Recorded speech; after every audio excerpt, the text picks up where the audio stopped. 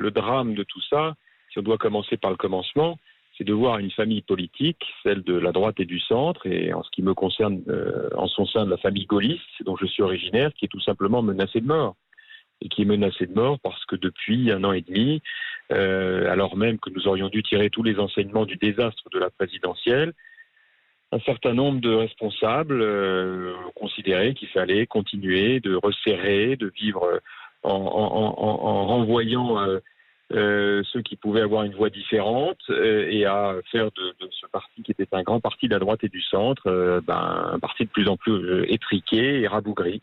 Et évidemment, les électeurs ne se sont pas retrouvés dans la grande identité politique que constituait, jusqu'à ces derniers temps, un grand parti qui avait des valeurs à la fois européennes et libérales, mais aussi souverainistes pour certains et régaliennes. Et c'est tout ça qui est parti en fumée. L'ambition des Républicains, et vous m'arrêtez si je me trompe, c'est d'être cette force intermédiaire, force d'alternance entre un Emmanuel Macron de La République En Marche et une Marine Le Pen du Rassemblement National. Ce soir, vous y allez pourquoi à ce bureau politique? C'est pour achever Laurent Wauquiez? C'est pour le soutenir? D'abord, je vous interromps sur ce point. On n'a pas vocation à être un intermédiaire. On est un grand parti de la droite et du centre, plus exactement, on l'était, avec vocation à gouverner la France. Seulement, ce qui est vrai, c'est qu'à force de multiplier les errements, les zigzags et les ambiguïtés, on est plus audible, c'est tout. Mais notre sujet aujourd'hui, il est de revenir sur la réflexion intellectuelle, sur les idées, et puis aussi sur le terrain.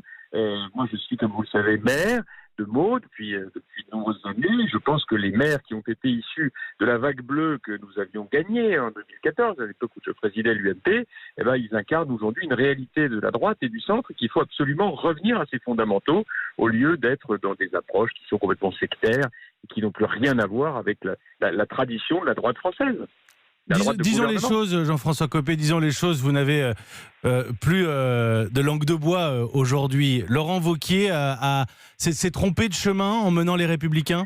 Je pense qu'il y a eu une erreur de jugement majeure, oui. D'abord parce que quand on dirige un parti politique, et croyez-moi, je sais de quoi je parle, il faut une ligne stratégique qui soit claire et pas ambiguë et dans le zigzag permanent entre les uns ou les autres.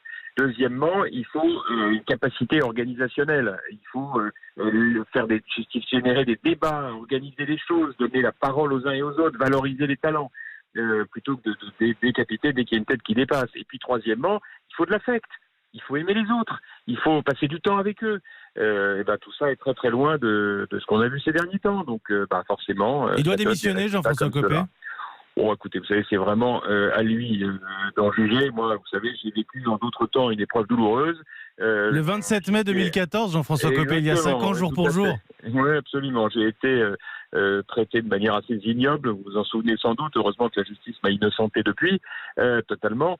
Mais j'ai tiré les conséquences en démissionnant parce que je voulais pas que ma famille politique soit prise en otage. Voilà. Écoutez, on verra bien si. Quand on est responsable politique et qu'on tient à sa bannière, celle des Républicains, on doit la protéger.